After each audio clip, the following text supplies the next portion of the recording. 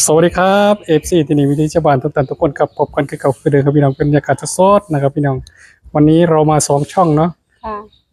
ที่นี่วิธีชาวบ้านเราแสงทองพ่อรวยนะครับพี่น้องครับมาตามแนวทางวันที่2 พฤษภาคม2568นะครับพี่น้องครับตามเล่าขามโขง ค่ะ ทั้งเล่าทั้ง ทั้งไทย ตำไทยเนาะ เอาทั้งสองอย่างเลยเนาะ ทั้งอย่างเพราะว่าเป็นวันเดียวกันออก ถ้าไทยบอกออกก็คือ จัดเล่าเลย จันเล่าไปเลย เอา 2 ทุ่มครึ่งเนาะ ครับสวัสดีครับพ่อเดือนครับ ก็ขอสวัสดีเนาะที่นี่ที่ชาวบ้านพร้อมทั้งเซนทองพารวย ตลอดทั้ง FC ผู้ที่ติดตามทั้งสองช่องมื้อนี้ก็ได้มาหาเจ้าแม่ตะเคียนทอง เพื่อสิหาแนวทางโชคลาภให้กับพี่น้องให้กับ FC ที่อยู่ต่างอำเภอต่างจังหวัด ครับ เพราะว่ามื้ออื่นก็เป็นวันที่2เนาะเป็นวัน ค่ะ ครับเป็นวันโชค รัฐ ดี บาลไทยออกรางวัลแล้วมื้ออื่นครับก็เพื่อว่ามีแนวทางเนาะโชคลาภให้พี่น้องให้ FC ได้นำไปพิจารณาเบิ่งหรือว่าเอาไปเสี่ยงโชค เพื่อเป็นบุญบารมีหรือว่าเพื่อได้มีโชคมีชัยเนาะเพื่อได้มีอยู่มีกินก็เฮาก็มาขอพรขอโชคลาภกับเจ้าแม่ตะเคียนทอง อยู่ตรงนี้นํกันเนาะมาก็ขอ ครับ มาขอพรนํกันเนาะ FC ทุกท่านมา เดือนประชา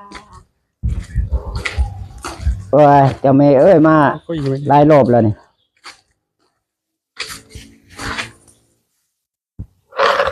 ก็อีกไหมเนี่ย อะไร ก็อีกไหมเนี่ย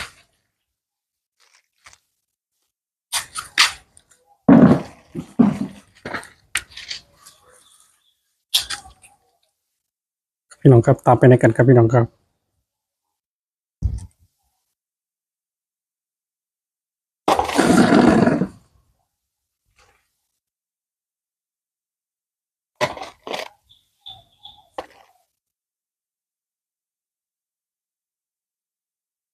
รูปนี้ นี่เป็นบรรยากาศสดๆเด็กครับพี่น้องครับ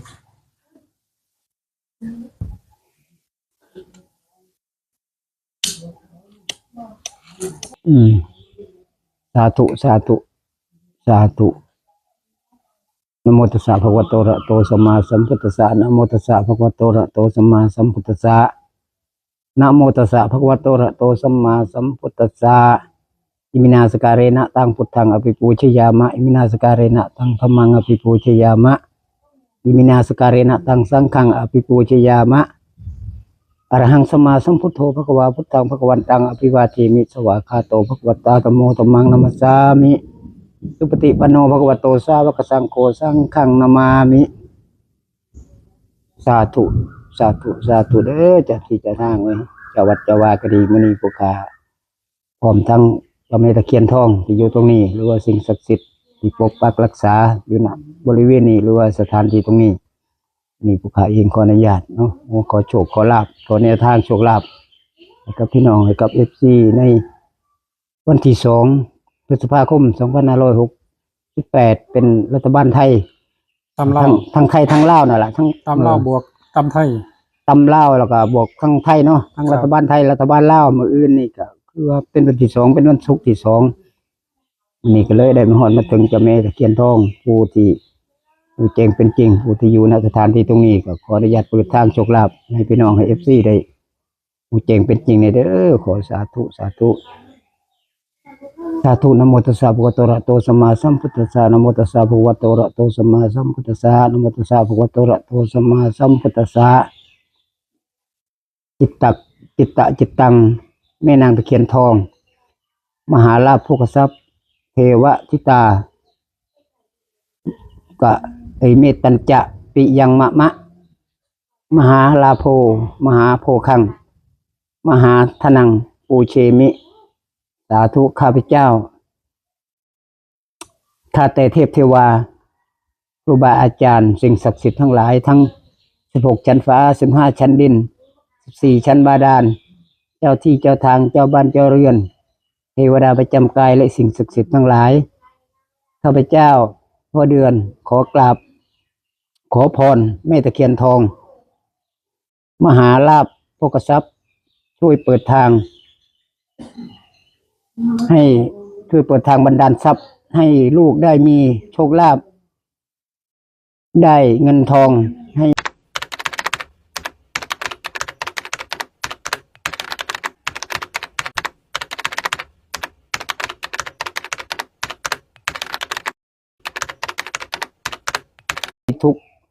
ลำบากไม่ยากเข็นไม่ยากจนเห็นใจพ่อแม่ตะเคียนทองจงประทานพรช่วยลูกให้ได้สำเร็จในสิ่งที่ปรารถนาทันตาด้วยเทินสาธุสาธุสาธุเด้อเจ้าแม่ตะเคียนทองวันนี้ก็ผู้ข้าก็ได้มาหอดมาเต็งเคยมาขอโชคลาภแนวทางรัฐบาลไทยพร้อมทั้งตำเล่าวขามโค้งมืออื่นวันที่2 พฤษภาคมก็จะแม่ตะเคียนทองหรือว่าสิ่งศักดิ์สิทธิ์เจ้าที่เจ้าทางก็ดีขออนุญาตเปิดทางเปิดโชคลาภให้ผู้ข้าได้หูเจงจริงในถูกมง ปุ้ย คล ถูกมันนะปุ้ย หรือว่าสุข ถูกปะเนี่ย เสียงโชค ถูก ขอจงดลบันดาล ถูก ขอบารมีแม่ตะเคียนทองจงเมตตาสงสาร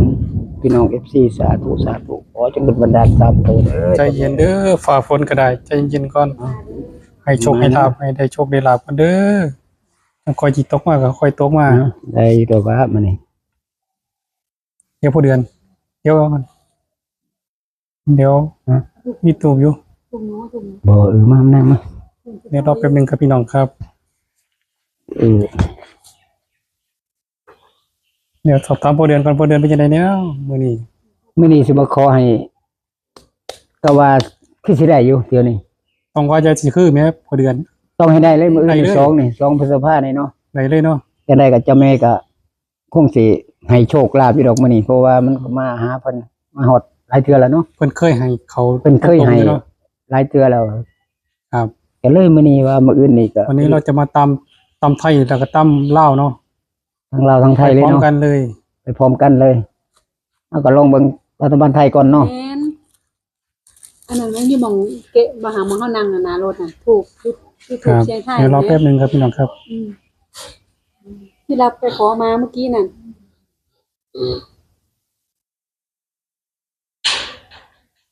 หลังจากตอนนั้นพ่อเดือนไปจุดขอปู่เขาก็ได้611เนาะ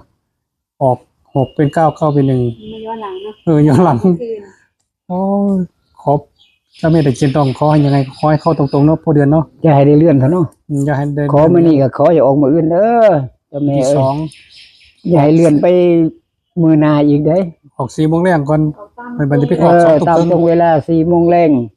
รัฐบาลไทยขอให้ตรงๆเลยหลังจากรัฐบาลไทยแล้วก็2 ทุ่มครึ่งก็ให้เจ้าแม่ไปเบิ่งให้แน่อยู่ละคำโค้งฟังเล่าพุ่นล่ะ ไปตำลาวเลย คำโค้งฟังเล่าตำเล่านี่บ่นั่นอ๋อได้ถูก ครับ ได้อยู่เรามื้อนี้ได้ถูกมงคล ถูกมงคล ถูกโชคลาภเจ้าของโชคลาภนั่น ให้ตามตัวชัดๆเด้อตามตัวเด้อเจ้าแม่ตะเคียนได้ให้มีชื่อมีเสีย จั ง บใส่ในมือ4 โมง โด่งให้ดัง แรงแล้วก็2 ทุ่มครึ่ง ดังไปทั่วบ้านทั่วเมืองเนาะตำไทยตำลาวนั่นล่ะเอานํกันนั่นล่ะทั้งสองเลยเนาะ ครับ เจ้าแม่ก็ได้ก็ไปเบิ่งไปเลียวให้นี่ซอยลูกซอยหลานซอยพี่น้องซอย FC เนี่ยต่อบ่ได้อยู่ได้กินโอ้ย ครับผมใจเย็นเด้อเทวดาเอ้ย เดี๋ยวได้จักข้าวก็ไม่บ่โดนตัวเล็กหลายไม่เร็วๆมันสิได้เห็นตัวเล็กเร็วเนาะ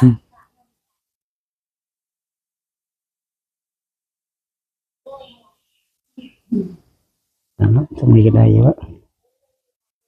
ไม่ก็ล่ะ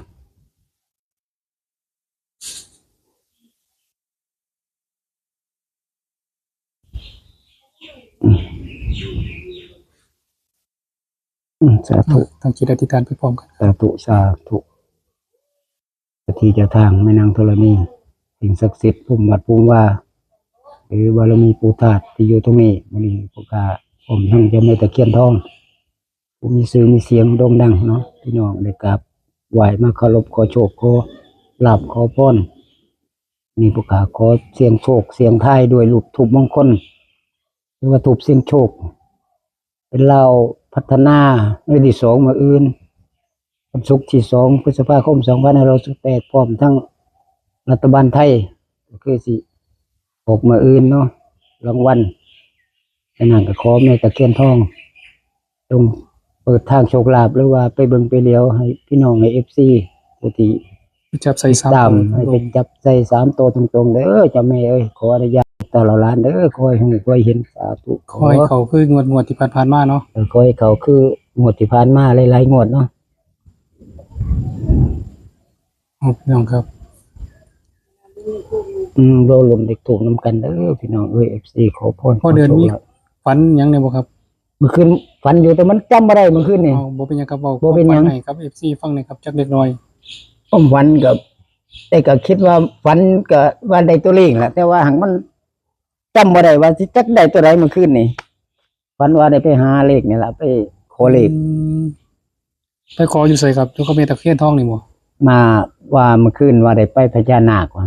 อืม ไปหาบ้านพุทธไหม โอ้ปู่พญานาค ปู่พญานาคที่ว่า ปู่ศรี พ่อปู่ศรีสุโธนั่นฝันเห็นทายายน่ะนำเจ้าของเพิ่นน่ะเจ้าของสถานที่เพิ่น เราไม่ได้ น่ะ ไปเนาะ คิดว่าคันได้ไปมื้อนี้ เป็น ก็ หยังหร สิ อกครับ คิด มื้ ว่า อนี้แม่เจ้าแม่ตะเคียนเราก็ใช้คือเก่าเนาะ เพราะว่าก็แม่ตะเคียนเพิ่นอยู่ตรงนี้เพิ่นก็สิ เอา คงสิ เราคง โชค ฝัน ลา ต่ ภ อ ให้ดอก เราคงฝันต่อครับอาจารย์ครับ มื้อนี้ก็เลยว่า ก็คิดเห็นอยู่ว่าคันได้ไปมื้อนี้ก็ดีอยู่ก็เลยว่าบ่ได้ไปก็บ่เป็นหยังมาหาเจ้าแม่ตะเคียนทองเอาก่อนเพราะว่าเราก็เพิ่นก็อยู่ตรงนี้เนาะมันก็บ่ไกลบ่ไกลเพิ่นก็สิคงเมตตาสงสารให้โชคให้ลาภกับพี่น้องหรือว่า FC ที่อยู่ต่างอำเภอต่างจังหวัดนี่ดอกเพิ่นก็สิมีความดีความศักดิ์สิทธิ์ ครับ หรือเมตตาสงสารพี่น้อง อ่า บ่มีอยู่มีกิน เอาไปลุ้นตัวเลขครับพอดี รุ่นนํกันเด้อนี่นะ ตัวเลขครับพี่หาคือไปอยู่ในมุมเนาะ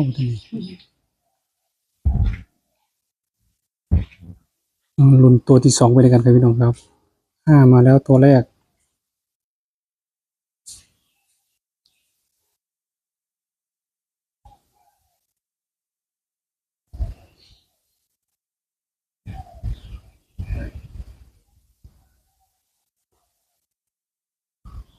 พอเดินมักตัวใดครับ หามาตัวหนึงแล้วบ่ ครับ หามาตัวหนึงก็งามแล้วหามันมาอยู่แล้ว หา ล่ะ แล้วงามแน่นอน มาอยู่แล้วล่ะมื้ออื่นน่ะ โอ้พอเดินมั่นใจ มา พี่น้องครับหามาแน่นอน มาไทยได้มื้ออื่นน่ะ หาได้แต่ว่าสิหาหยังบ่ฮู้แต่ว่าหาละมี โอ้ มื้ออื่นน่ะนะ เข้าสูตรบ่พอเดือน บ่ทันได้เบิ่งอยู่ เมื่อไหร่ แต่ว่าบ่ทันได้เบิ่งแต่ว่าเลยคือว่าตอนนั้นเข้าสูตรหมด บ่ที่เขาไม่ไป ที่ว่าความฝันน่ะแม่เลยความฝันว่าน่ะ โอ้เลขของวันเนาะ เข้าสูตรหมดทุกโตะเลยเด้น่ะ นั่นที แล้ว แต่ ก็ ว่าเขาตำราออกไปแล้วเนาะ ตำราก็ออกไปแล้ว 07 07ออกไปแล้วยังรัฐบาลไทย แต่ว่า มื้ออื่น เขาตำราเลยไม่เขาสูตรเลยเป็นบ่ เข้าสูตรหมดทุกโตะเลยอยู่ในน่ะ โอ้โหครับพี่น้องครับ แต่พอลงทุนอยู่ มีฮีเนาะ มีเฮโยมาอื่นนี่ก็มาจะแม่นี่ก็เพิ่น ตัวนี้น่าจะเป็น2หรือเป็น3เนาะ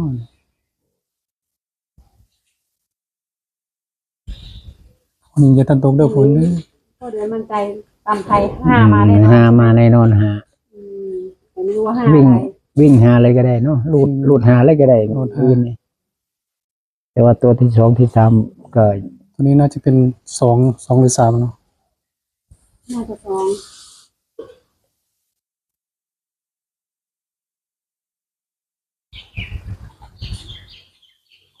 ตัวเลขใหญ่ชัดเจนดี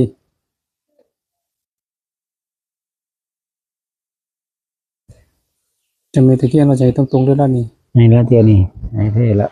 พอเดือนตั้งใจมากเลยงวดนี้ เพิ่นให้อยู่มื้อนี้เสือเด้อนางเอ้ย ก็ได้ นั่นทีโตนั่นทีตัวนี้ถูกที ครับเขาก็เป็นแค่แนว ไม่ ทา ต้อง งอะไร เด้อ ใน พี่น้อ ทาง งเนาะก็ตัวเดียว เป็น นี่ แค่แนวทางในการเสี่ยงโชค เป็นแนวทางเด้ออย่าว่ากันต่อผิดหรือถูกก็อย่าว่ากัน ตาม ต่อ เรากับพี่น้องครับเขาก็บ่ฮู้ดอกว่าเลขสูงตัวใดเขาก็ต้องมาใช้ผู้ตาทิพย์หูทิพย์ตาทิพย์เนาะ ผู้เป็นหูผู้เป็นเห็นนั่นแหละ ผู้เป็นหูผู้เป็นเห็น คือผู้เป็นมีฤทธิ์มีเดชโอ้งามหลาย ผู้คนเก่งเป็นจริงแล้วว่าเลขเบอร์มันจะออกตัวใดเพิ่นก็อาจสิหูดลบันดาลให้ ครับเฮาบ่ส่งเสริมการเล่นการพนันเนาะ บ่สนับส ถ้า นุนใน พี่น้อง การเล่น มาก การพ พี่น้ นั อง น มาเลื่อนมาผ่านเห็นโอ้คลิปนี้มักก็ติดตาม มาก็ติดตาม มักเลื่อนผ่าน เลื่อนผ่านไป ครับพี่น้อง ว่ากัน เอาอาจจะว่ากัน ครับผิดหรือถูกก็บ่ฮู้เนาะ แม่น เอาก็หาเพื่อแนวทางเพื่อมีโชคลาภจะได้ เขาก็ทำดีที่สุดเนาะทำให้ดีที่สุด จะ เล ได้ ย มีอยู่มีกินเนาะก็เพื่ออาศัยบารมี พอเดือนสอบตัวใดครับผมตัวที่3นี่ สองแล้วเนาะ ค่ะ2นะ แต่ว่ามันสิมาบ่เนาะ แต่เฮาบ่ฮู้นี่ล่ะพวก ตัวมักนี่สิมาบ่นี่ตัววันหนึ่งสิมาบ่หนึ่งนี่ มักหนึ่งบ่ มักหนึ่ง 521 521ตัวมัก แต่ว่าดังมากเลยนะรัฐบาลไทย25 ต้องหาดังแห้งเนาะ พอเดือนดังบ่ว่า ดังอยู่เพราะว่าดังอยู่5225นี่ ดังเนาะ ดังแห้งอยู่ แต่ว่าถ้าเป็น521ก็ ดังไปยัง ยังแต่ไป 3ตัวตรงเลยเนาะ เข้า3ตัวตรงเลยแล้วบัดนี้ รัฐบาลไทยหรือลาวนี่ก็มีสิทธิ์ลุ้นได้อยู่ อ่ะ ยังบ่แล้ว พี่น้อง เด็กยังละตัว รับ ที่ เรียก 3บัดนี้ เฮาก็ตามไปตามรอบไปก่อนเนาะพอเดือนเนาะ เอาไทยก่อนเพราะว่าไทยออกก่อน บ่ได้ เนาะ มีค่ารถค่าลา ไทยแล้วก็ค่อยมีค่ารถไปฟังลาวบัดนี้ ครับ เที่ยวลาวข้ามโขง ไม่ศูนย์ก็9หรอกพอเดือนเนาะ บ่ บ่ สู ศูน ง ย์ก็เข้าแล้ว เห็นบ่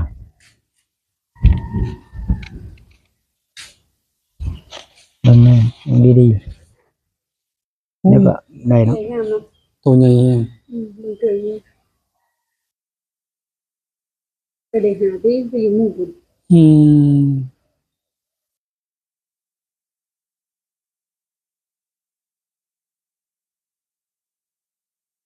มันดีเห็นไหม3ตัวเลยได้มาเลย ซับตัว เอาไปเสียงอีกมาเลยดีแล้ว อาจจะเป็นศูนย์แล้วเนาะ อืม 520เข้า3ตัวตรงๆนี้เด้อ แต่สวยงามเลยเนาะ พอเดือนแต่เข้า3ตัวตรงๆนี้พอเดือนจัดชุดใหม่เลยเนาะ จัดชุดไทยนี่เนาะ ชุดใหม่ใหม่เลย มาให้ไหม่เลยล่ะ สองชุดเลย สองชุดเลยเนาะเพราะว่า ครับ มีอยู่นางสองนาง เดี๋ยวแสงทองมาเลยก็สิมา แตงทองก็มาชุดหนึง ชุดหนึง แม่นบ่ ไปละปางเด้อ ไปรับเอง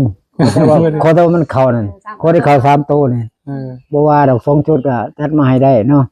ครับ เพราะเขาเพียงแต่วันเข้านะเขาจะแม่เป็น เขาสิเอาอยู่ ให้โชคลาภนี่ 520บ่เนาะเขาทั้งลาบ่พอเดือนเข้าสูตรพอเดือนบ่ ถ้า20มื้อเช้าเลข14นั่น20ให้กัน อืม ที่ว่าไปเสียงคานมามื้อเช้านะครับ แต่ว่าหักเสียง14มื้อเช้านี่ได้20ได้อิหยังวะ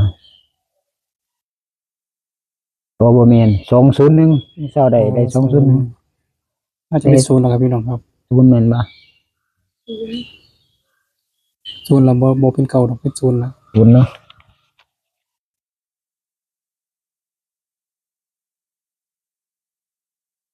ศูนย์แม่นบ่เป็นจังได๋ มันดู เดี๋ยวศูนย์ก็กลมดีเนาะ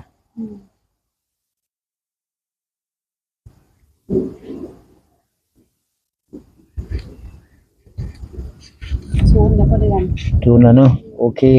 520นะคะพี่น้อง น้องพี งามแล้ว ก็บอกเมื่อกี้นี่น้องพีเราบอกว่าช่องหาเอื้อน เนาะ แม่น ตรงกันเนาะ ครับพี่น้องครับ โอ้ยเนี่ยลุงพี่ยอดก็บอกอยู่เมื่อกี้นั่นไปถ่านั่งข่าวเว้ากันอยู่เมื่อกี้นี่ มันว่าช่องหา เพิ่นว่า252เพิ่นว่า อันที่เห็นบ่ เพิ่นบอก ไม่ อยู่ ได้คิดหรอกให้แล้วตรง เนาะไม่ได้เขียนให้ได้ ครับ สามตัว สรุป ตรง ตัวเลขนะครับพี่น้องครับผู้เดินจุดธูปมงคลขอเจ้าแม่ตะเคียนทองนะครับพี่น้องครับ520เดี๋ยวให้ผู้เดินสรุปให้กับ FC ฟัง เป็นยังไง ๆแล้วก็ นะครับพี่น้องครับหลังจากผู้เดินจุดธูปเสียงใต้จุดตรงมงคลขอเจ้าแม่ตะเคียนทองนะครับพี่น้องครับจะได้3ตัวตรงๆครับพี่น้องครับให้ผู้เดินสรุปให้กับ FC ได้ฟังอีกครั้งหนึงเชิญผู้เดินครับผม ครับก็ขอสรุปเนาะเพราะว่ามื้อนี้ก็ได้มาขอมาจุดธูปมงคลขอเจ้าแม่ตะเคียนทองในตัวเลขก็คือ520วงก็เลยจับคู่ให้ก็คือ20ตัวนี้กับตัวนี้ก็52แล้วก็50อันนี้กับตัวนี้ก็คือสิอยู่ประมาณนี้ตัวเลขเนาะ ครับผู้เดินมักตัวใดเป็นพิเศษป่ะครับ ตัวนี้มักพิเศษก็คือมักทั้ง2ตัวเลยบัดนี้ เอาวงกลมเลยครับวงกลมเลย เดี๋ยวเอาวงกลมให้ต้องมักอยู่ตัวนี้นะมักอยู่มัก เนี่ยให้ผู้เดินวงกลม 20นี่นี่ตัวที่มักแล้วก็กับ50นี่นี่ ออกดีเด้หาศูนย์ นี่ตัวมักแห้งอยู่นี่นะ โอ้ สองเลข 2หาง ครับพี่น้องครับโปรเดือนวงกลมให้ชัดๆครับพี่น้องครับ ครับก็ ศูนย์กับ50เนาะ 20กับ50 ครับตำไทยไปก่อนไปตำเล่าวเนาะ ค่ะ ไทยก่อนเนาะ วันที่2 4 โมงแรก พฤษภาคม มื้ออื่นนี่ก็หลังจากนั้นก็ค่อยตำลาว2 ทุ่มครึ่ง ค่ะ ต่อเลย สองเด็กเนาะเฮาเนาะมื้ สองเด้งเลยล่ะ ค่ะ ตัวปูนี่น่าจะโอ้จะไม่ตะเคียนน่าจะให้จังๆแล้วผมคิดว่าในมือ มื้อนี้ ครับ คือสิให้อยู่ดอกเบิ่งแล้วเนาะ ไม่ใช่ว่าสิให้เลยล่ะ ให้20หา20เลข3 ครั โต บ เลย สา ล่ะ ม ตัวเขาจะ เราสิได้ใส่สุดใหม่ ยัง เนาะ ได้ใส่ชุดใหม่เด้ ครับพอเดือนหามลืมเด้ สิให้เลย2ชุดนี่ สองชุ คั ด น เลย เข้า3โตนี่ตรง เขา ๆ สามตัวพอเดือนจะให้ ปลาแล้วเนาะ ได้รับปากแล้วให้แท้ ครับให้พอเดือนให้พ่อMCนะครับ เนาะก็สวัสดีเนาะ FC ทุกท่านทุกคนที่เขารับชมหรือว่าติดตามช่องที่นี่วิธีชาวบ้านพร้อมทั้งแสงทองพารวย ครับ แต่มื้อนี้เป็นโค้งสุดท้ายก็ว่าได้เนาะ แม่ค่ะ วันนี้วิธี ได้ เรียบ มา ร้อย ตาม ไม่ แน ได้ วทางโชคลาภให้ FC ให้พี่น้องได้นำไปเสี่ยงโชคเบิ่งพิจารณาซอยกันเบิ่งว่ามื้ออื่นนี่2 พฤษภาเป็นรัฐบาลไทยก็คงสิออกรางวัลมื้อนี้ก็เลยได้มาหาเจ้าแม่ตะเคียนทองเพื่อสิมาหาแนวทางโชคลาภให้พี่น้องให้ FC ได้ลองไปพิจารณาเบิ่งหรือว่าเสี่ยงโชค ครับผม เพื่อมีอยู่มีกินเพื่อมันนี้มันสินพนำกันเนาะแล้วก็ขอภาวนาสิ่งศักดิ์สิทธิ์หรือว่า ผู้วัดผู้ นางธ ว่าร ณีภูมิวัดภูมิว่าเจ้าที่เจ้าทางที่อยู่ตรงนี้โปรดเราทั้งไม่จะไม่ตะเคียนทองเนาะ ครับ ขอจงดลบันดาลมีความเมตตาสงสารให้FCให้พี่น้องได้รับโชครับชัยขอให้เขา3โตวตรงๆเด้อเจ้าแม่เอ้ย520มื้ออื่นนี่ก็ สาธุ ขอเจ้าแม่จงดลบันดาลโชคลาภประทานพรให้พี่น้องให้ FC ทุกท่านทุกคนเพิ่นได้รับโชครับชัยได้มีอยู่มีกินหมดหนี้หมดสินผมเองก็ได้แต่ภาวนาสิ่งศักดิ์สิทธิ์เนาะจงดลบันดาล ผมเองก็บ่มีหยังหลายก็มีแต่แนวทางให้พี่น้องให้ FC ได้นำไปพิจารณาเบิ่งหรือว่านำไปเสี่ยงโชคในมื้ออื่นวันที่2 พฤษภาคมแล้วก็ลองไปรัฐบาลไทยก่อนถ้าหากว่าน่าจะ2 ทุ่มครึ่งเฮาจะค่อยต่อลาวเลยเนาะคำโค้งฟังลาวเลยมื้ออื่นแล้วขอให้ทุกท่านทุกคนที่เขารับชมขอให้ปัง สา ๆ ธุ เฮง สาธุสา ๆ ธุ รวยๆมีเงินมีทองมีอยู่มีกินเด้ออยู่เย็นเป็นสุขสาธุ ครับที่นี่วิธีชาวบ้านแล้วก็แสงทองพารวยต้องขอบคุณพอเดือนนะครับพี่น้องครับที่มาหาแนวทางดีๆนะครับพี่น้องครับไปฝาก FC เนาะ ค่ะ แล้วก็มูลว่าเลขเสียงตัวใด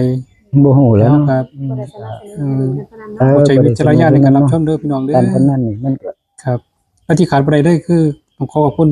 FC ที่นะฮักทุกคนทุกลูกตัวประเทศไทย ที่เขามากดไลค์กดแชร์กดติดตามนะครับพี่น้องครับแต่เราก็พยายามหาคลิปดีๆมาฝากมาตอน FC ทุกท่านทุกคนเนาะ แม่น คลิปนี้ก็ไว้สำหรับสกอนขอบคุณพอเดือนขอบคุณ FC หลายๆสวัสดีครับ ครับสวัสดีมันปังๆเฮงๆเด้อทุกคน